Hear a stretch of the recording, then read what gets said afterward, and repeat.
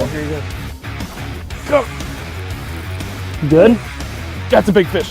Full hand on tail. Yeah, looks sick. Good deal. Look how broad that thing is. I wonder if that was the one that pulled me in. Beautiful. Oh my. That's a big That's a fish. big fish, dude. Limp! This would have been waiting for all day. That's over 6. Felt that bite. Damn, I think low and slow is the way to go, eh, baby? First big of the year on. The thing I'm about to tie on. Get him, get him. Oh my god! Oh my god! Calm down. Come here, come here, come here, come here, come here, come here. Yeah, dude! Dude. 6 pounds, 11 ounces.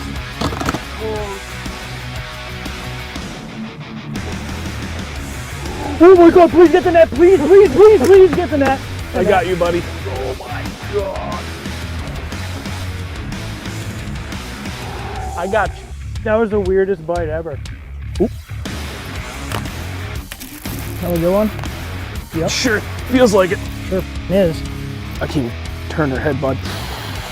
Holy sh! What the? Is that another 6? Could be. The second giant of the day, proving that point. Oh my god! Oh my god! Yes! Big baits, big fish. There we go, 5 pounds, 6 ounces. Beauty!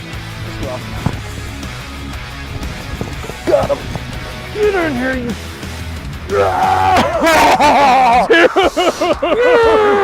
There's another 6. You. That's a big fish. 6'10". Little fatty. Oh my god. If I can land this fish. Holy sh! 5.06. Sick. Oh my god. Oh my god.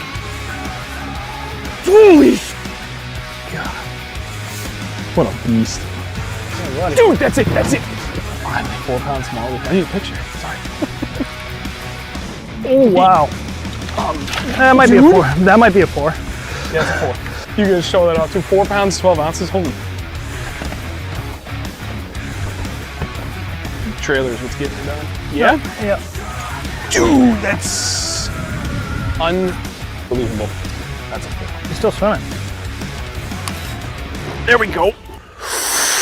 That's a big fish. Thank you. Yes, sir. Yes! 414 though. Gee. Oops, I cut it short a little prematurely. How's everybody doing on this fine evening? Welcome back to another Reel Northern Bass Talk. We are joined by Maine angler Tyler Williams, who is most recently one of the newest additions. That's him. That's across my face. One of the newest anglers to the 2024 Bass Elite Series. He also qualified for the Bassmaster Classic next year. And graciously accepted our invite to come on the show, talk about his season that he had. And really, because he's a Maine angler, I was hoping that we could also talk a lot about that big difference. Growing up, fishing up here in the Northeast, and then spending a ton of his time the last 2 years fishing down south. So that's kind of the main theme of what we're going to do tonight. We're going to forego any of the usual fishing reports that we do and everything. We're going to jump into it. So before I guess we really do get started, first and foremost, for everybody that's already here, thank you very much. We always appreciate you guys come out to watch the live. A reminder that every Saturday immediately following the stream, I get this up on Spotify. I've been keeping up with it now for the last 3 or 4 weeks. So if you can't listen to the whole thing, there's 2 ways you can come back to watch it. Either come back to the channel, go to the live tab, you can rewatch the whole thing, or just wait for Saturday. And I try and clean it up a little bit, like this whole explanation I'm doing now won't be in there on the audio only on Spotify version. So 2 different ways for you guys to listen to that. Speaking of Spotify, I actually looked earlier. We have only 15 reviews on there out of from 170 followers so far. But we're a perfect 5 for 5 on the rating, 5 stars, which is not bad. I'm pretty excited for something that I have put very, very little time into. So that's awesome. And for anybody that's done that for us, thank you very much. And last but not least, tonight's stream is sponsored by Ben's Tackle Shack. You can find them online, benstackleshack.com, or you can go visit them down in their store in Leicester, Mass. It's not spelled like the way it's pronounced, so just keep that in mind. It's not too far from Worcester, to give you kind of a general idea of where it is. They got a lot of stuff. They just recently expanded, almost doubled their footprint. It's got a lot of good things down there, including a ton of Beast Coast stuff. So you guys know how much we've talked about Beast Coast. If there's anything there that you want to get, they actually want to see in person first, as well as Douglas Rods. He carries a bunch of them down there. By all means, head on down to Ben's Tackle Shack in Leicester, Mass, or, again, online, and let them know we sent you. They'll hook you up. Without further ado, Tyler, again, thank you for joining us. Hello. Thank you. Thanks for having me. Yeah, man. And why don't you go ahead and give everybody just a quick little rundown of who you are, your background, the whole 9 yards, and we'll get into the meat and potatoes of this. I guess I'm angler from Maine, tried fishing all the opens. Took me 3 years, finally qualified for the Classic, which that was like a side quest, and then also qualified for the Elites afterwards. I don't know. I've been fishing local tournaments for a long time. So I know in the Northeast, the name was slowly starting to get out, and then I think now it's gotten out. Hell yeah, man. So, I mean, I was looking at it because, I followed you all season long anyway, and I knew you had definitely more good tournaments than you did bad. And that's obvious because you made it to the Elites. You can't have a lot of bad tournaments and qualify top 9 in the elite qualifiers to make it to the Elites. Right. But I made sure I pulled it up and had it here ready just so I could really reference it. Dude, you had a friggin' phenomenal season, especially down the home stretch, finishing top 10 on your last 3 events with a win in that. That's friggin' hats off to you, man. That's a hell of a season. It's crazy. I knew if I could survive the spring tournaments, because I'm not a good spawn fisherman, I'm like, I'll do okay in the fall ones. I'm good in the fall, but I didn't know how good. And I surprised myself. But they had its ups and downs. St. Lawrence was a down, Toledo was a down, but it came out on top somehow. Yeah. So, let's take it from this perspective first. Because I'm sure the bulk of the people that are probably going to be watching are going to be right here probably for the first half an hour. So let's give them that north to south comparison. It totally up to you how detailed you want to go into this. But I at the very least, kind of the most key differences that you found from growing up living here in Maine and spending your whole life fishing in the Northeast to going down south. What were some of the biggest, we'll call it culture shocks going down there fishing wise that you kind of had to wrap your head around? And then on the other side of that, what did you find? You're like, oh yeah, this is back home. Nothing's different. Right. Well, at first, so I kind of had one of these little slopes to it, kind of went down before it went up. And so at home, I was a scoper. I like to scope. I had live scope as soon as it came out, video game fisherman. And then I got on the road my first time and realized there's trash fish everywhere. Not every fish is a bass that you're throwing at like it is around here. And so I kind of got discouraged from the whole live scope thing, from using my graphs a lot, any of that kind of stuff. So I tried to do the traditional, throw crankbaits, throw spinner baits, flip around, stuff like that. And then I ended up struggling pretty bad. And at the end of so not this last season, but the season before, we went to a couple fisheries that it was all bass, Hartwell, where it's mostly bass you're seeing. And then I got my comfort zone, and it kind of helped me build on things to learn, okay, I can do what I like to do in places. So as this year's gone on, I've learned that I can just fish kind of the same way, but I have to find spots that fish it. Out here we're looking for an isolated boulder, stuff like that, random grass patch. It's down there, it's more you're looking for a stump, you're looking for a brush pile, which those don't show up very well on side scan. But if you can find them, it's the same kind of isolated targets, but your targets are a little bit different. And that was a big learning curve for me as well. What was your favorite bait to throw all season? You wouldn't believe it. All my friends probably know it's a jig. Yeah. 3/4 ounce little rubber by Greenfish. It's funny. That's what I got my big fish on. Yeah, our last tournament of the year, that was late in the day. That was at 1:30, 2 o'clock? At the end of the day, yeah. And dragging that 3/4 ounce Maxfield football from Beast Coast. You're like, you know what? I want a big jig. I'm going to throw the big boy. Full skirt or full trailer on it. And just dragging along the outside of a grass patch and donk, set the hook. Oh, that's it. That's the one. Get the net. Six, awesome. I don't even 6 1/4 or something like that. 6.28, I think is what it was. Oh my gosh, Yeah, that's a it big one. wasn't put small. a flapping hog on the back. Things like the size of my palm, but they eat it, so Might as well. yeah, Throw the damn thing. I can see it good on my graph. Like everything about it's good. I hope you can see it. It's the size of your hand. Dude,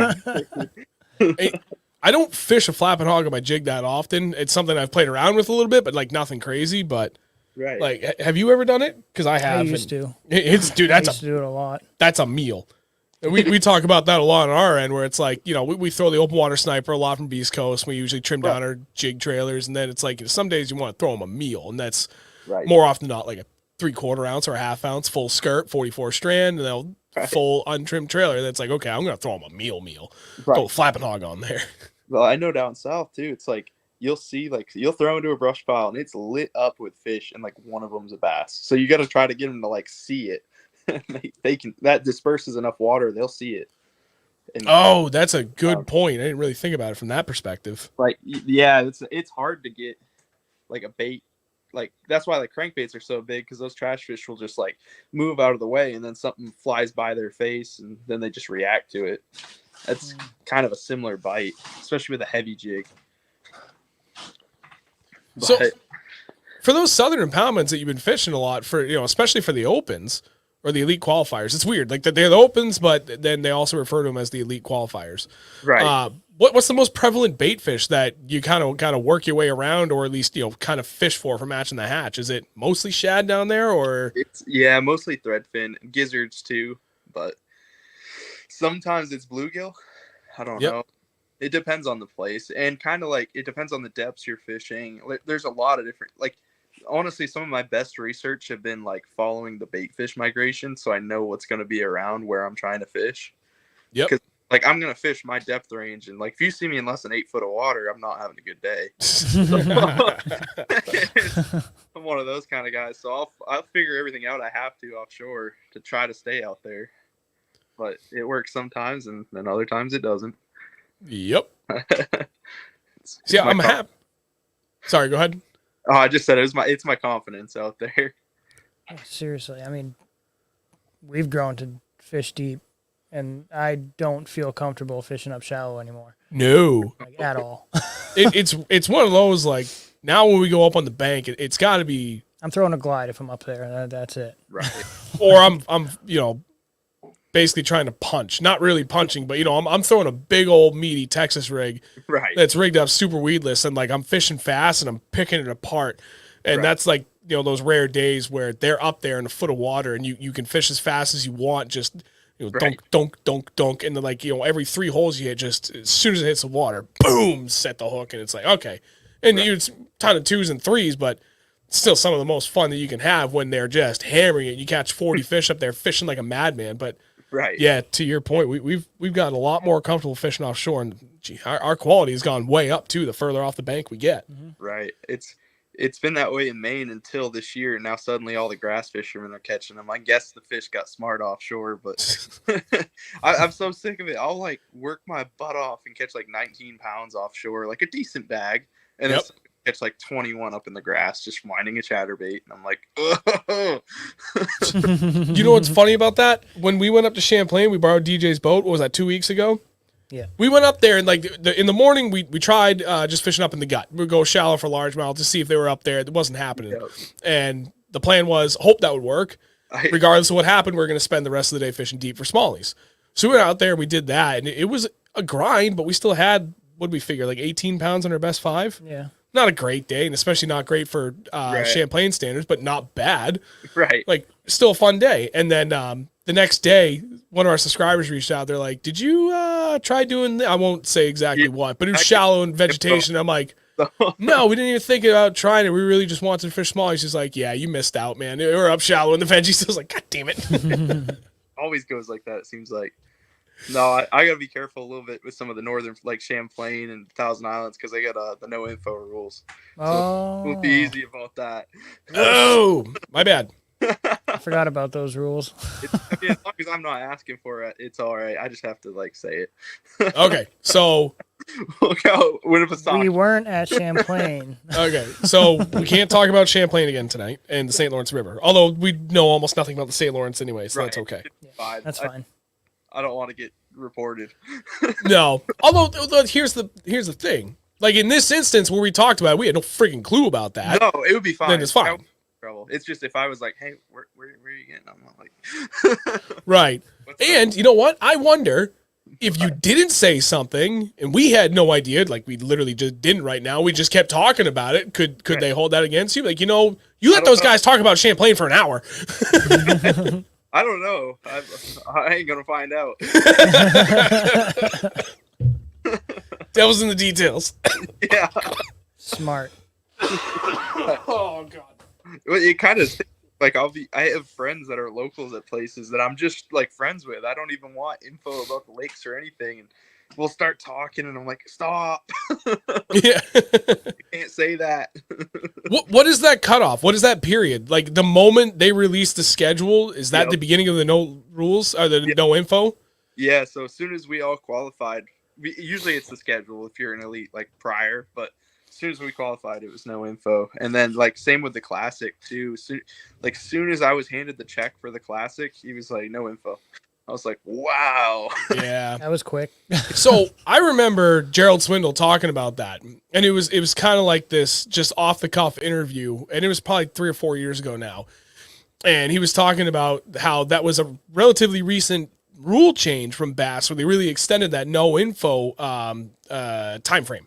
Right. And he said that it was really short-sighted on Bass's part because from a fan interaction standpoint, it makes it extremely hard for him just to be like talk openly with people. Right. Because the vast majority of, regular English out there don't know about that. Right. And like we just didn't. And, all of a sudden we started rattling off about Champlain and he's like, whoa, you have to stop. And he just kills the conversation. And he's like, and I feel bad because, this guy just loves it and his home waters. He wants to talk about it with, with someone like me, but we can't. And it sucks.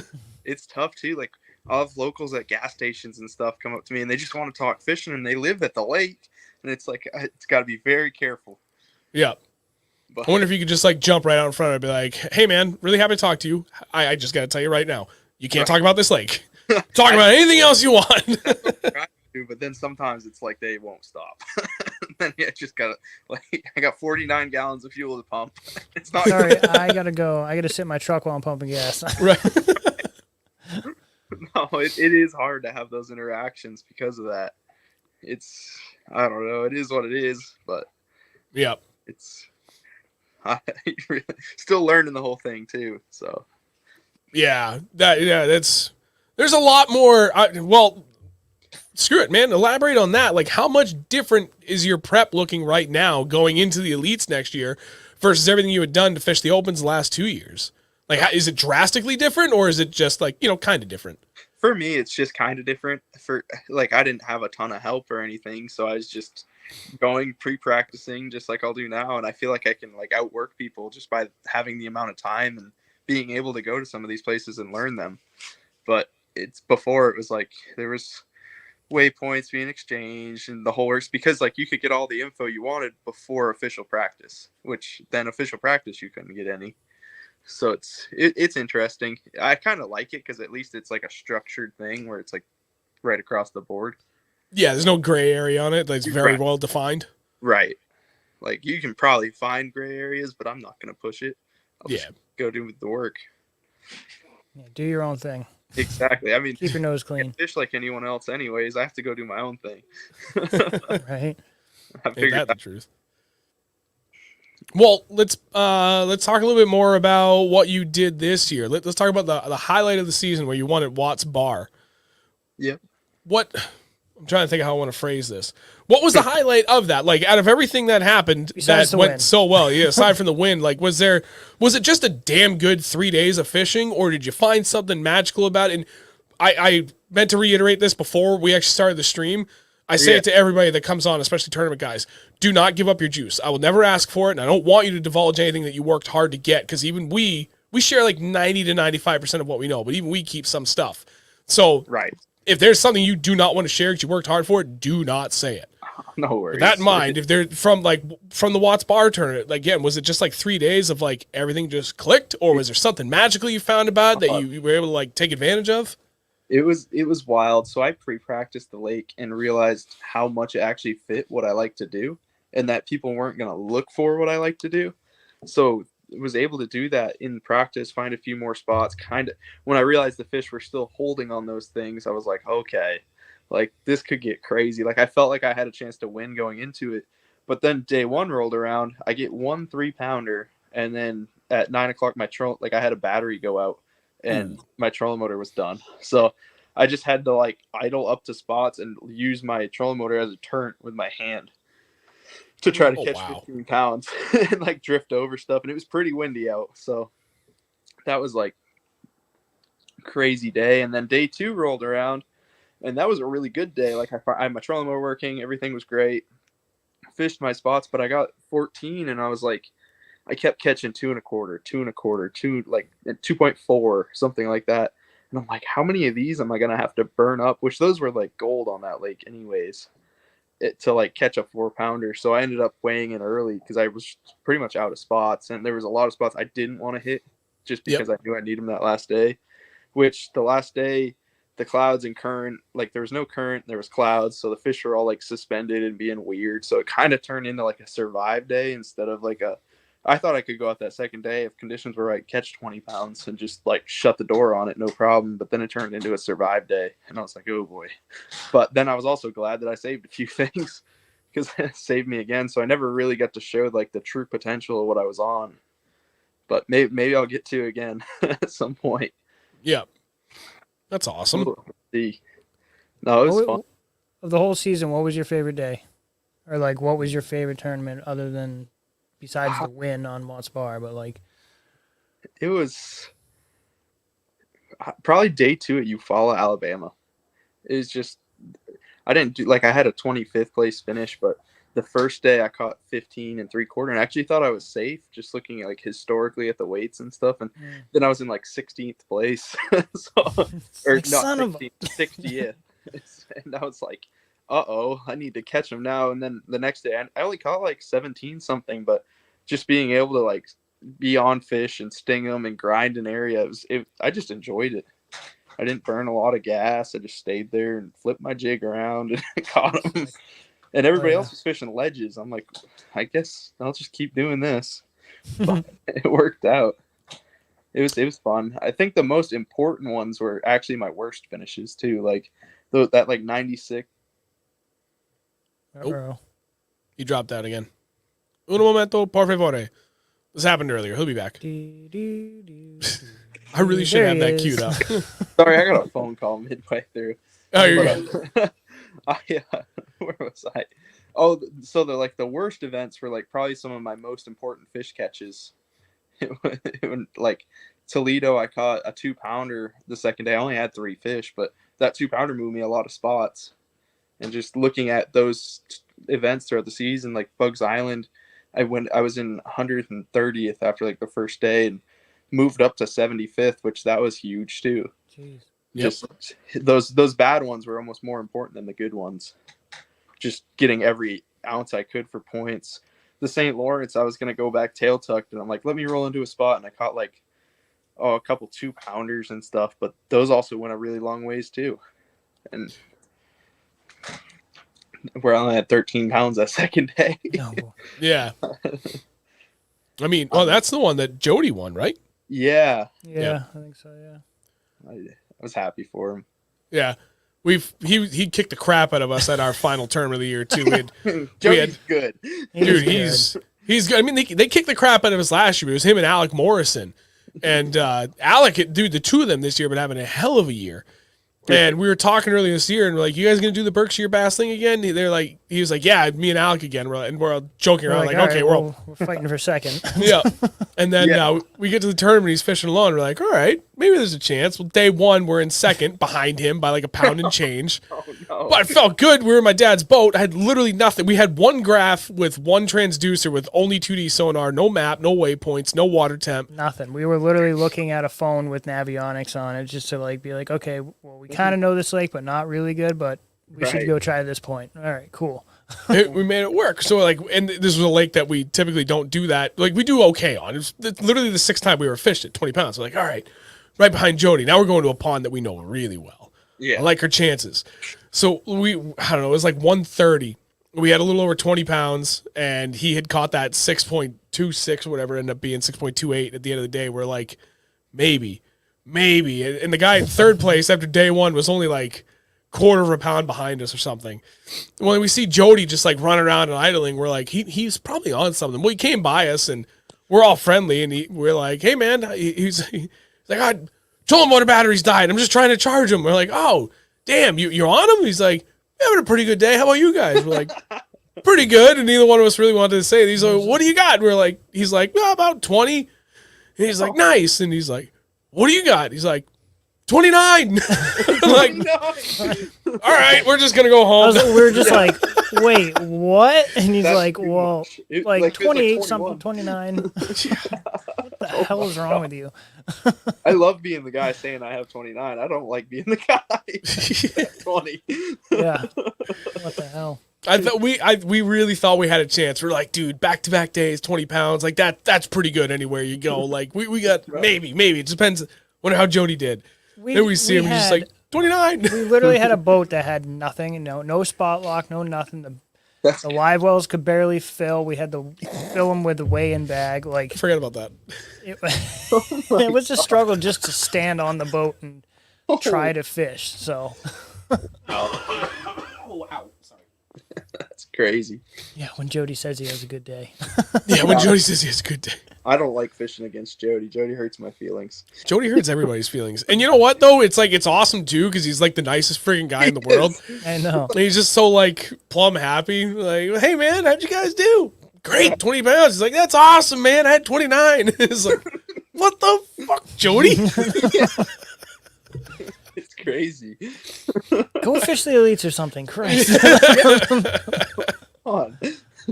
No, don't. No, not for you. Don't you put that evil on him. Sorry, that's my bad. There's enough competition. Actually, I saw a question in the chat from Cliff. What's your favorite lake in Maine?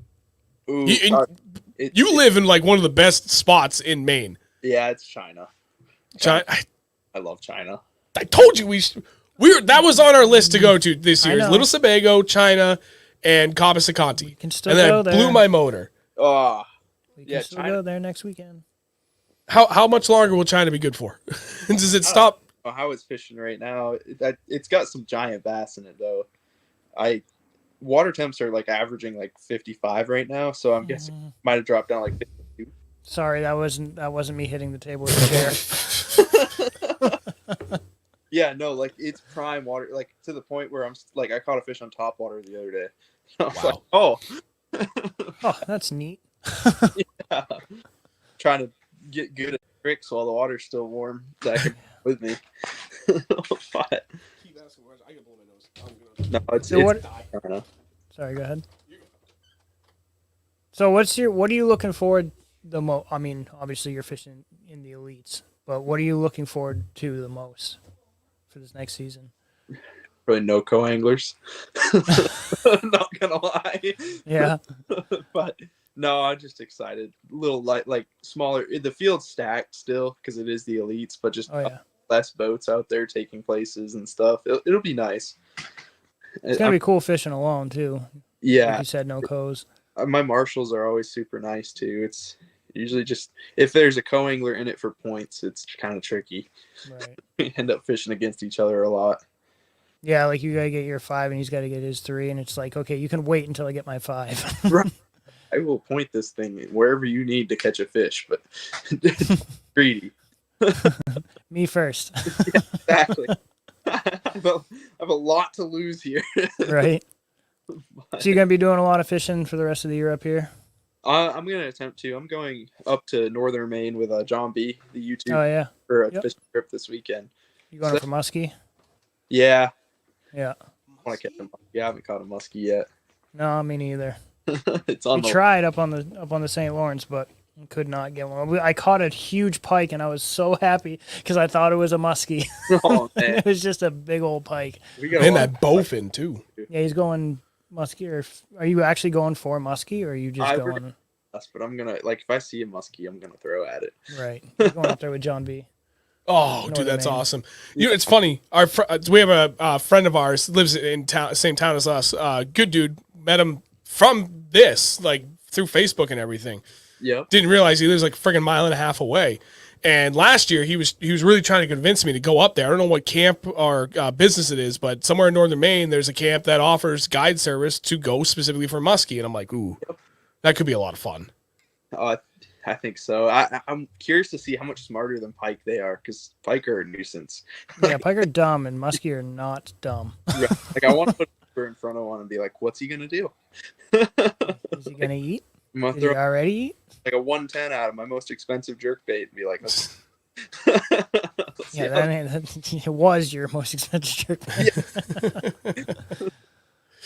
Dude, it's funny because when we were was that 2020 or 2019 when we were out in the river, St. Lawrence River? 19. Okay.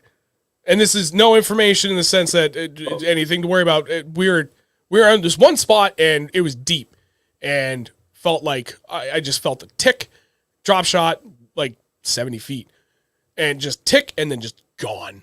And I was like, well, that can't be a pike. That's way too deep. yeah. Every time I drop shot, throw it back out. What that between the two of us, 5 bites Yeah. and Broke just off every tick, single one of gone. them. 60, I think it was 65 to 70 feet, and it was on like the edge, like in the main current. Wow. And we had no idea what it was, and we were talking to a couple guys up there, like, dude, that's probably a muskie. But yeah, just like friggin' even that deep, ticking. There was your line. We're like, oh.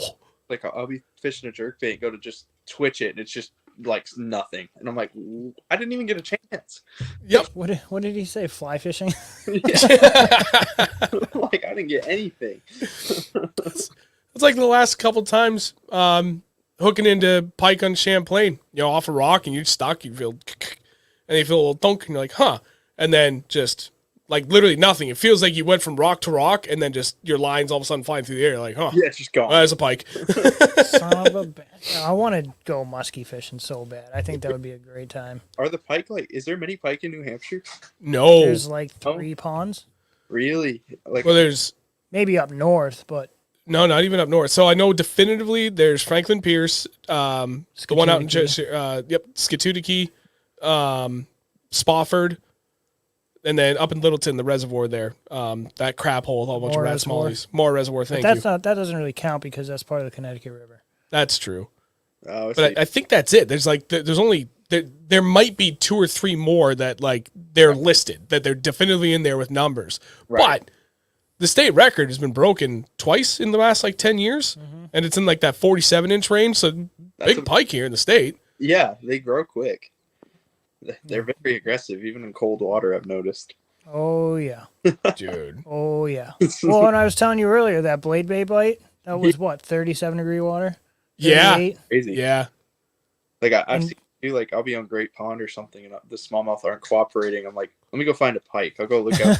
Just need to catch something. Yeah, see like a Uh-oh. Uh-oh. Someone called him again.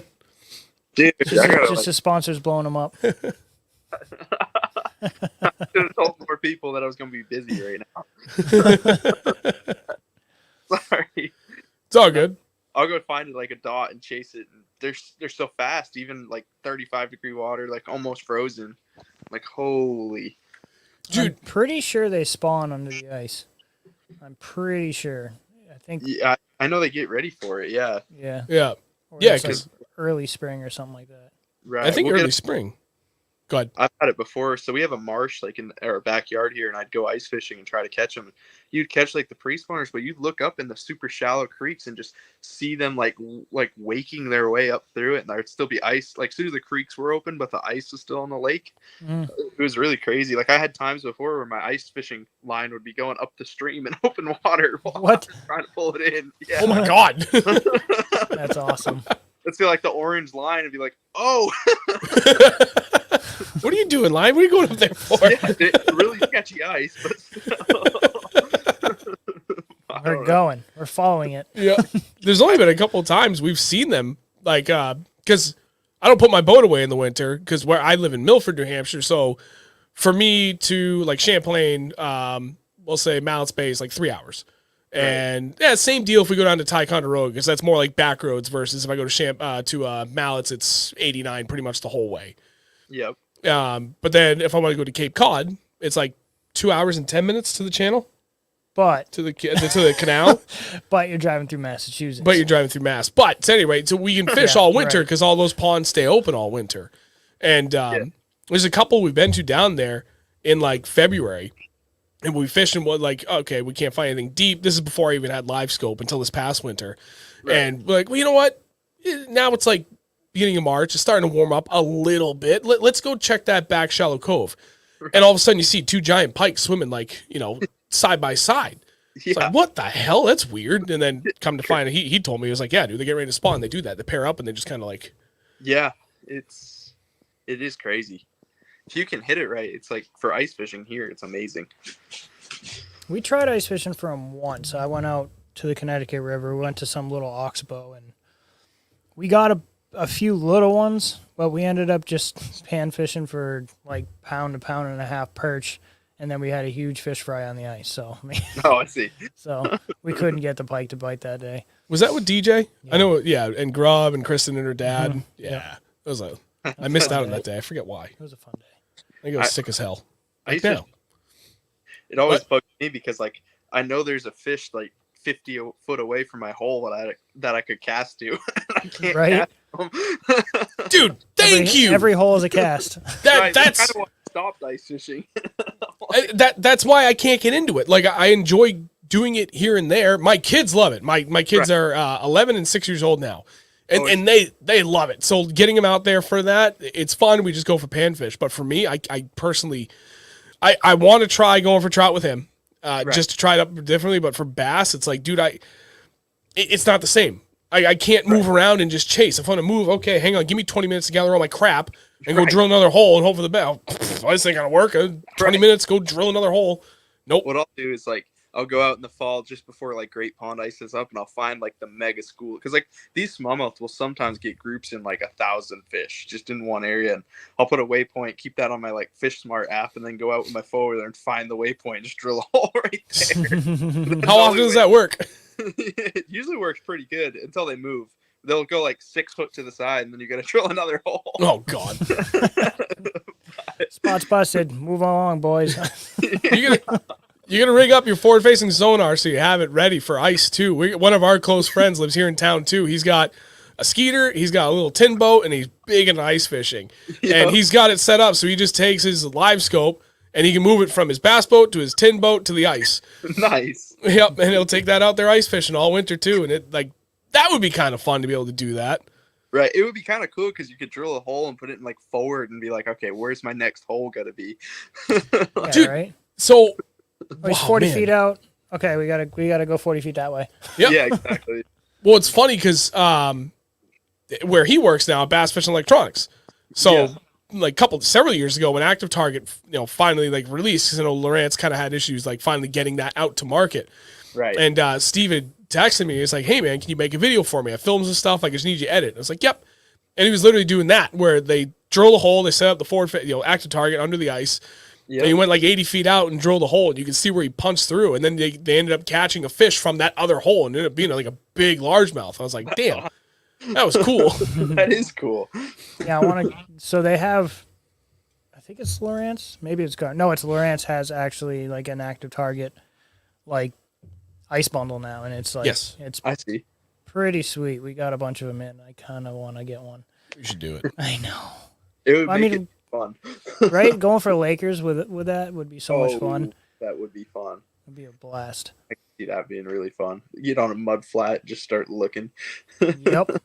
Oh man, I You can't get wait. big ones doing that. I'm excited. I hope we get enough ice this year. I mean, last year we had like no ice, and I was like, I mean, I've gone through before. I saved our buddy's life, and like I was like terrified of the ice for a few years, And I finally started getting back out on it, and now I'm like, okay, well, we don't have ice, so I'm not going. Right. Ice can be scary. Big time. Can. We talked about that last winter too, where it's like, maybe we'll get out and do a little bit more ice fishing this year. Because he was talking about it a lot, and especially going for trout. And I was like, you know what? I could be down for trying that. It's like, all right, well, when we get like that 4-week window where it's like really brutally cold and thick ice everywhere around us locally, or, you know, within an hour, screw it, let's go. And that just never really happened. So it made it way too easy to just stay out in the boat. Right. And there was probably, like, during the New England Fishing Expo, it probably could have been a good weekend to do it, but we were working the expo. Right. It's like, by the time, now you can definitively fish open water till basically the middle of January. And then you've only got 2 weeks before all the fishing expos start. And by the time that's done and working all that, it's like, oh, open water's back again. Cool. Yeah, exactly. Not quite so much in Maine, but I'm going to be on the road anyways, so I'll be finding open water somewhere. Yep. Probably Oklahoma until January. That was going to be my question. So for next season, for the 2024 season, when are you going to start hitting the road and just getting out there and fishing those areas, you know, different ponds in the general area of your tournaments and everything? I'm probably going to leave like right around December 1st and then go check out Grand Lake before the cutoff and then start just checking out some Texas lakes. And then I got to get wrapped and my electronics rigged. And so January is going to be kind of like a busy, like just getting stuff ready kind of month. But I'll at least be fishing in December. Nice. Be all over. What do you do for your like accommodations? I got like a little truck bed camper.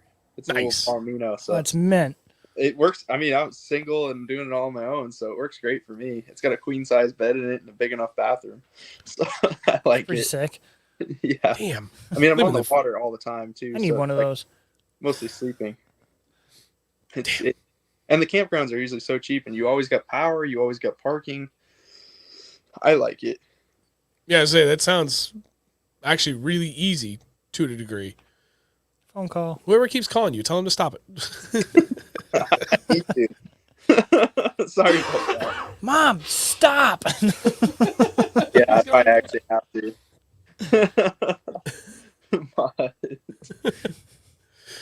Well, let's flip this for a second. Like thinking back to this season, I mean, I'm looking at your results again. You had really just 2 bad tournaments and one not so great. Toledo Bend, you finished 102nd.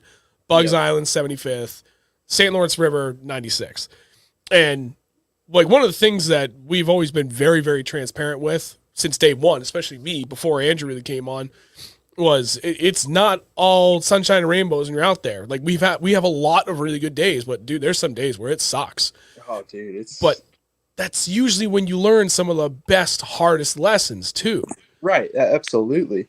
So with that in mind, like from those, specifically from those tournaments, did you walk away from any of those with like a God damn, that was a good lesson learned?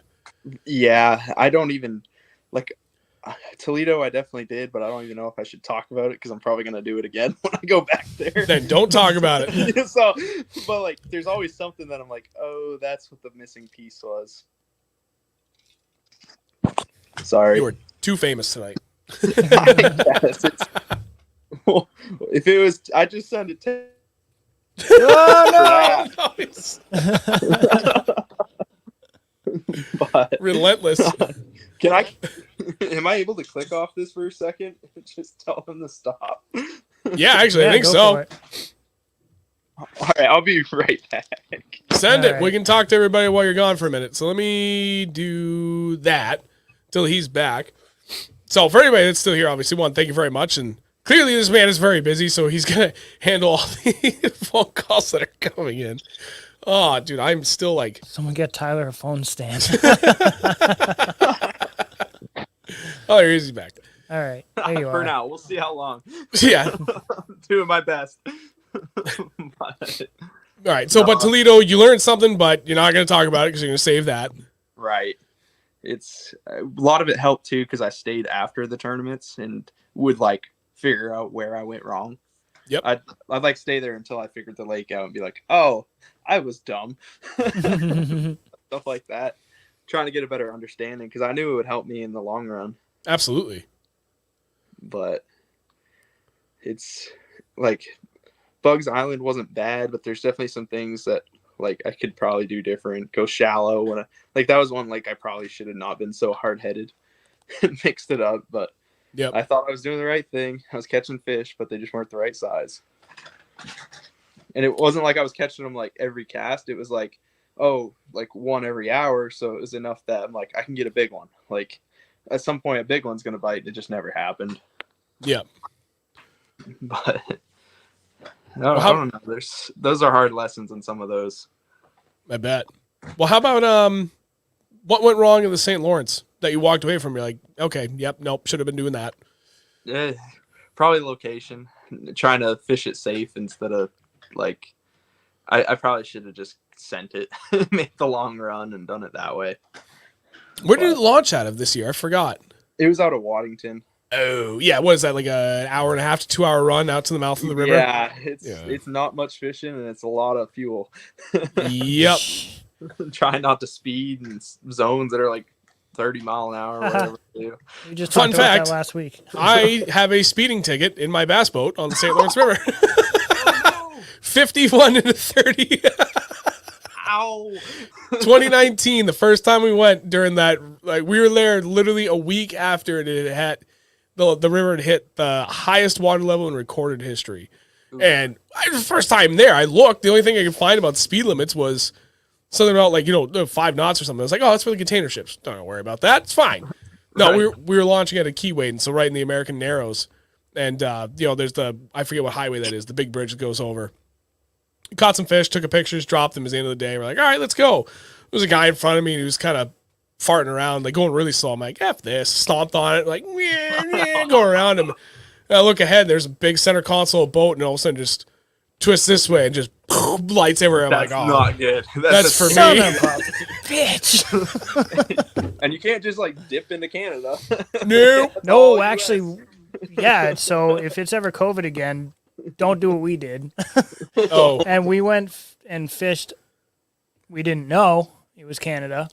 We get up there. we're only like 500 feet over He the gets border. up, It's drops the trolling fine. motor, and I'm sitting there looking at like side imaging, whatever. I switch to the map. I'm looking. I'm like scrolling over. I'm like, what's this red line? We're on the north side of it. What does that mean? Pretty sure my eyes bulged out of my head. I was like, we gotta go. As soon as we get over the line, a friggin' Black Hawk comes over and circles us, and the plane takes off.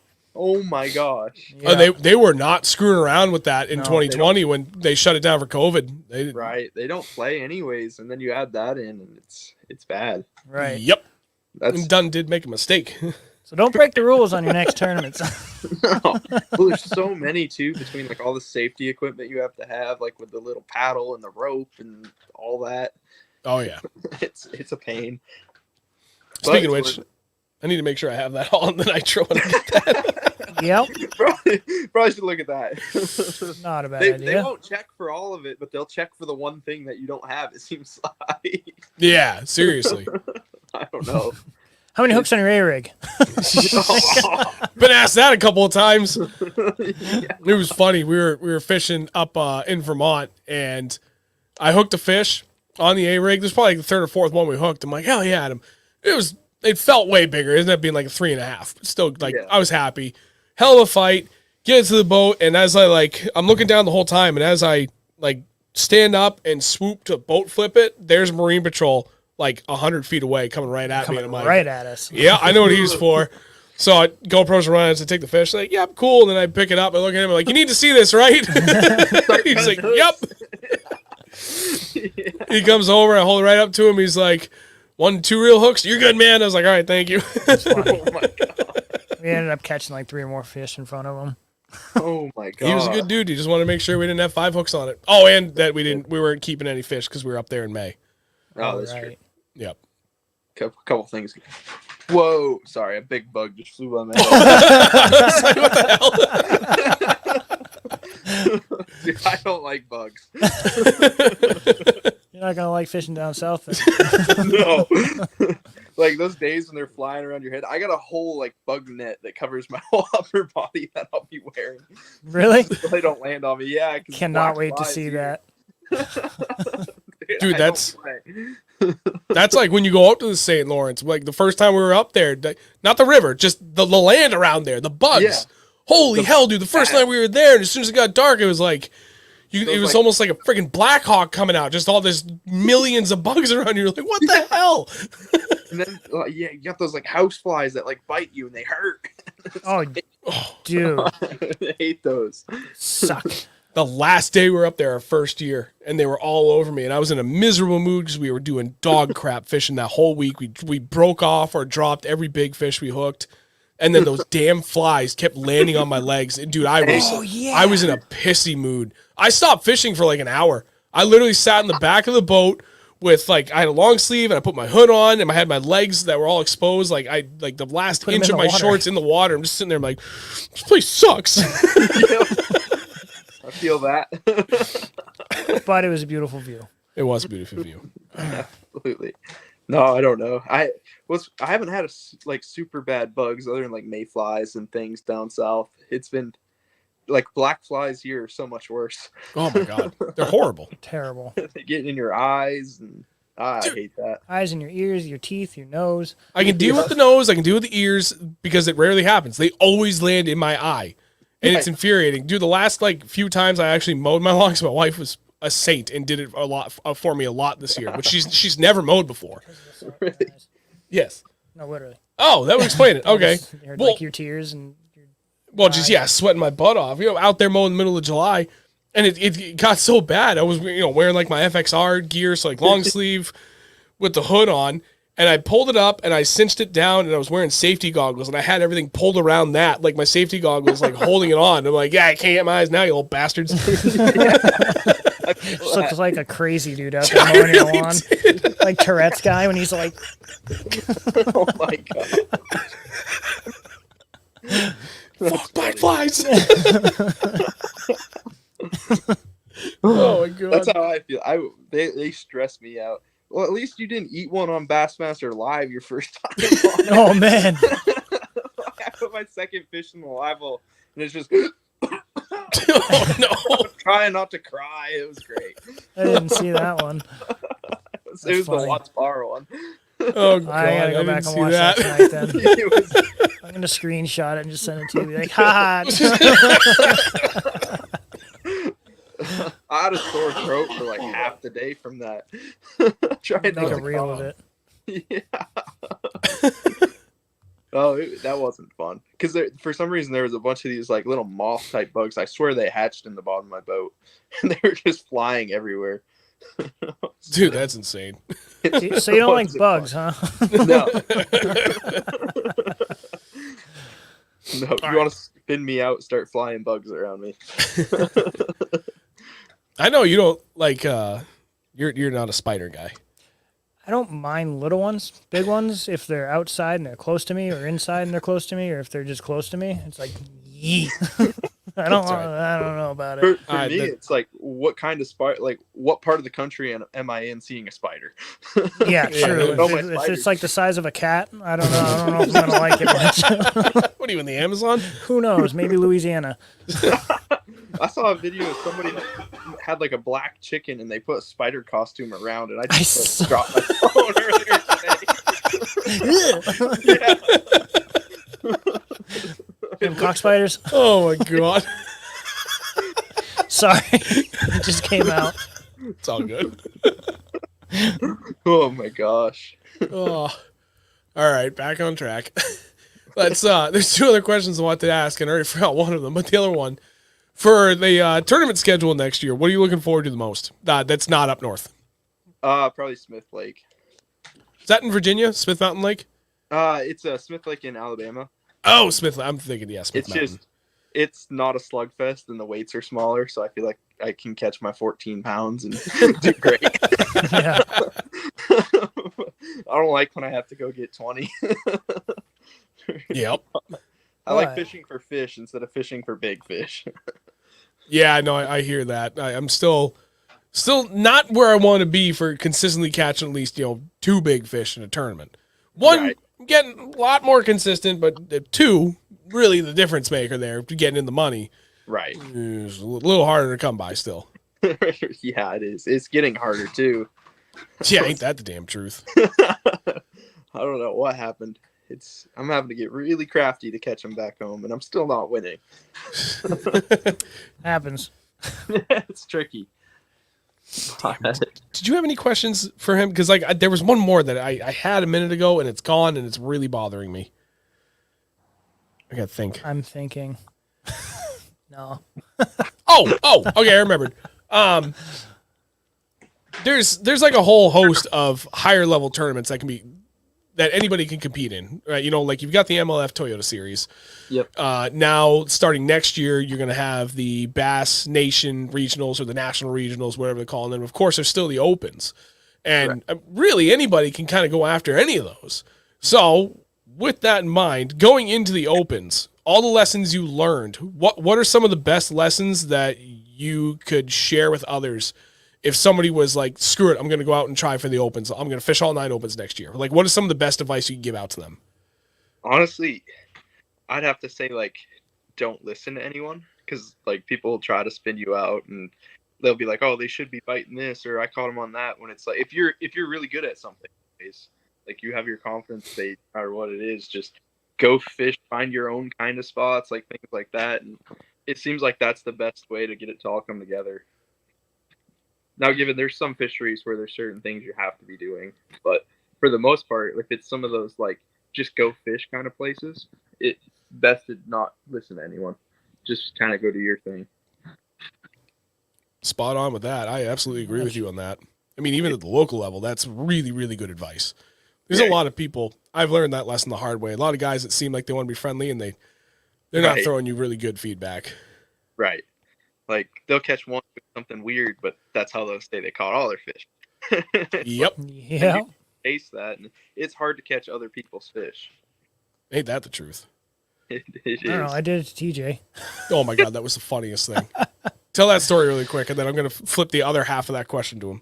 All right. So we're fishing like 45-ish feet to 55-ish feet. We were in 45. He was in 55. 55. And he was marking a bunch of bass down below his boat on live scope. And he's like, they're down there. I just can't get them to bite. So I was sitting on my knees in the back of his boat with a buddy heater. And I just like tossed a jig out in front of his boat. He was probably like 50, 60 feet from us. Yep. You dropped it like on his trolling motor too. Yeah, pretty much. Went straight down below him. He's like, huh. And I lifted up and I just felt, like, no way. 4.5 pound largie out of 55 feet off the bottom. Oh my gosh. One of the funniest catches I've ever seen. It was on my amazing. knees. Set the hook on my knees with the buddy heater. That's awesome. He's like bowing over backwards, and the rod tip is like way over. He's like, oh, wait a minute, that's actually a good fish. And our buddy's sitting there like, what the hell? Sorry, dude. Wow. All right, so first half, I'm going to split my question into two. You answered it from the fishing perspective. What about the travel perspective? Because I think that's something that not a lot of people put a lot of thought and consideration to, in like things that could potentially go wrong that you would never know you'd have to worry about unless you put in a ton of travel. Right. It's a tricky, like, to anyone that's like 21 and under, trying to find a hotel room is nearly impossible. Oh. That was one thing I ran into that was a big roadblock when I was younger, which I'd assume a lot of people are over 21, but it's any of the kids that want to just go off and do it. That's like, you're going to want to plan ahead for that. And then, like, anything can happen on the road. Like, I've been lucky that my stuff's held together as well as it has. Like, at any minute you could have a bearing go bad, or I have like several toolkits with me, like everything I need to fix about everything. That's a big part of it. And then if you're going to like anywhere in New York and you need a campground, you better book it like a year ahead of time. Because last year I was having to use a generator because I couldn't find one like 2 months before the tournament. Oh, damn. So what'd you do? Just like go camp out in a parking lot somewhere or side of the road? I've camped out in a field, basically. It was That's actually awesome. a really nice spot, but just the power issues were tricky. Yeah. Can only get, because like those days were so long, and then you're using so much battery power. It's just hard getting everything charged up and having an AC at the same time on the camper. Oh, yeah. Yeah, that'll draw a little bit. Yeah. You had to like sacrifice one or the other, and I don't like sacrificing my AC. No, dude, especially... I literally just took mine out today. Yeah, you're a madman. I literally turned on my heat finally last night. Great. I mean, I was up at like 1 a.m. because I'm still fighting off this chest cold, but I'm like on the tail end of it. And I'm usually like a 4 to 5 hours sleep a night guy because I'm always working on the channel. The only time I can do it is late into the night.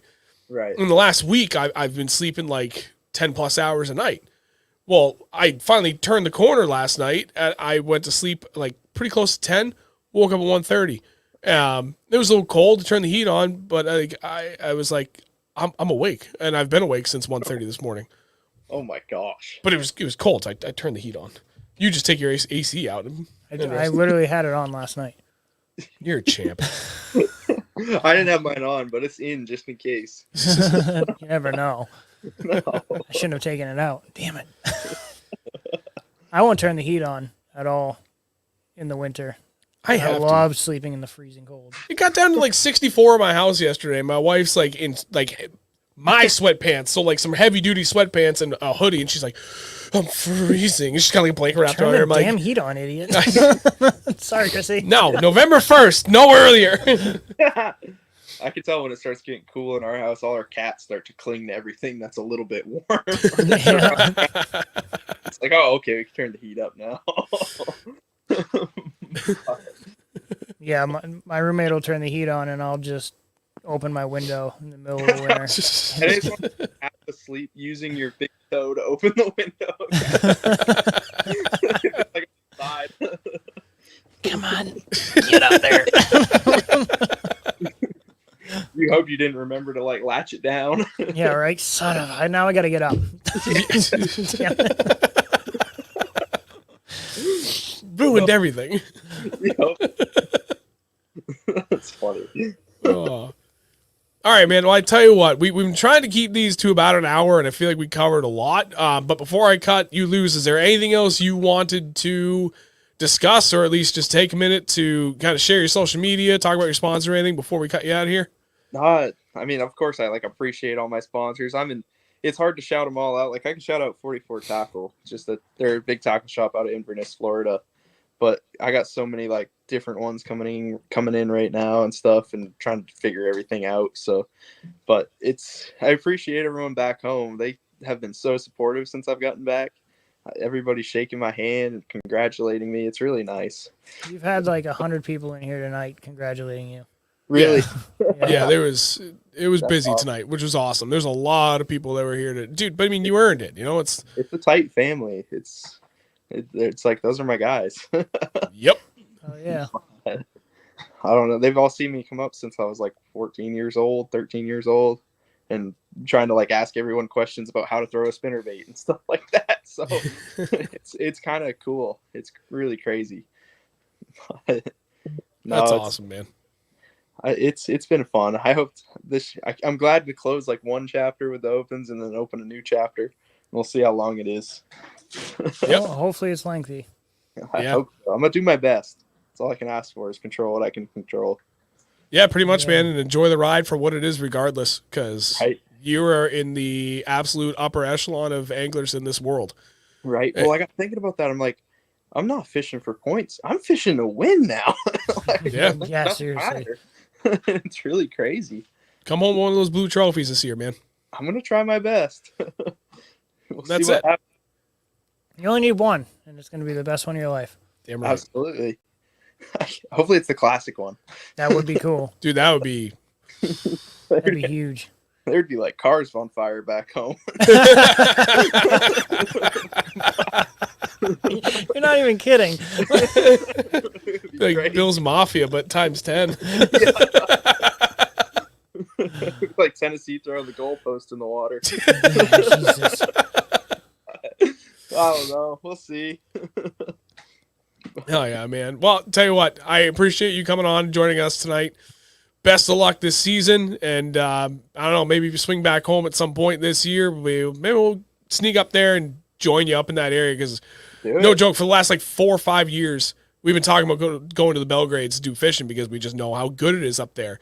Right. And actually 2020, when we did a 9-day trip up to the St. Lawrence, we almost didn't do that.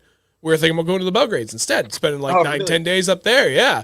But then we were like, if we do that, he was like, okay, but if we go up there, there's too many lakes to choose from. And we could just be like completely indecisive as to where to go. If we do really bad on one lake, do we hit it? Was it a bad time? Was it a really bad lake? Let's just go to the river. Right. That's true. No, I at least can put you on the right lakes, like Great Pond if you want to catch smallmouth. Like you can catch smallmouth in like 13 foot on spooks, or you can go out in 50 foot and catch them.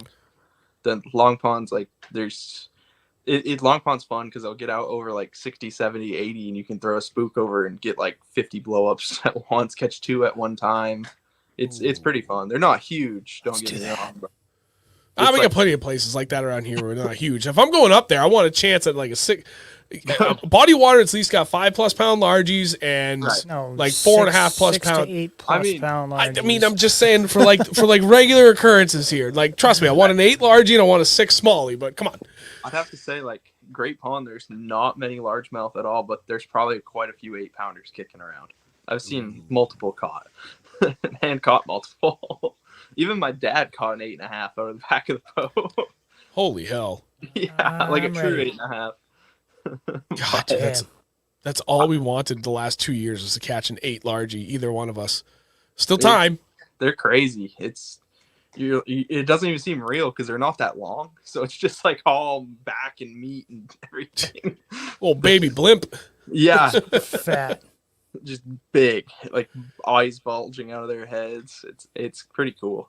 China's pop. I don't know. My biggest one in Maine's out of China. It was an 8.64, but I haven't seen many around 8 caught since. Like I've seen some 7s, but I mean, who complains about a 7? Right, dude. I kept saying it this year too. Like he's still dead center at 8. And I'm like, dude, I'd just be happy with another 7. I've only got 1 over 7 in my life, so Right. I want an 8. Don't get me wrong, but if I got to only get a 7, I'll still be very, very happy. Right. You don't realize how big a 7 is until you get it like near it. You're like, whoa. Yeah, that thing is huge. I caught the same 7-pounders twice, back-to-back years. Really? Yeah, from a little 50 acre pond. 30 is tiny. 30 acre pond. And we saw her again this year. I'm pretty sure, and it was a big fish. Not small. No, dude. Like, I mean, at that point, if it wasn't her, then it was another one. Because I know the first year you caught that, the second time you caught it, you said there was like a 6 and a 5 with it. There was a 6 1/4 that we caught, and I caught the big one that was. It was big. The big one it was big. It was big. The first time he caught it was in March, and like we literally went out and snowblowed the ramp, and then went there 5 days later, and there was still a foot of snow on the ground, and then he stuck it. It was 7 pounds 7 ounces. Holy! And then he caught it again. Didn't have a scale. He's in his John boat, and I put up the pictures in Photoshop. I'm like, dude, that's because he was like, I think that's the same fish, and I looked at like, yeah, it's the same fish. That's awesome. Yeah, I'm pretty sure it was over 8, but. Wow. Because she hadn't even spawned yet, so she was sitting there full of eggs. She was just fat. Yeah, it was sick. I hear they weigh more too. Like when the water gets cold, they just like I don't know the way they feel thick. They just get dense. Yeah, kind of like me.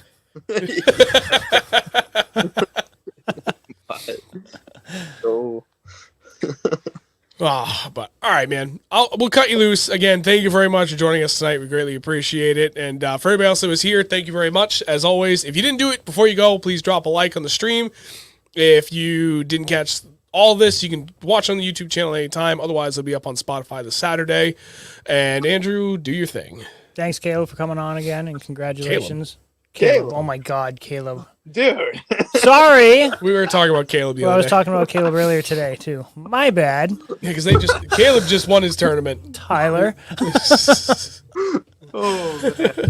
Thanks again, Tyler, for coming on, and congratulations again. My bad. I appreciate it. Dude, my name is right there. Oh, yeah, it is. I can't see that. I can't read that. I legitimately cannot read it. It's 10 feet from me. I can't read it. I see. I don't. We will see you guys next week, every Wednesday, at youtube.com/ReelNorthernBass. And bye.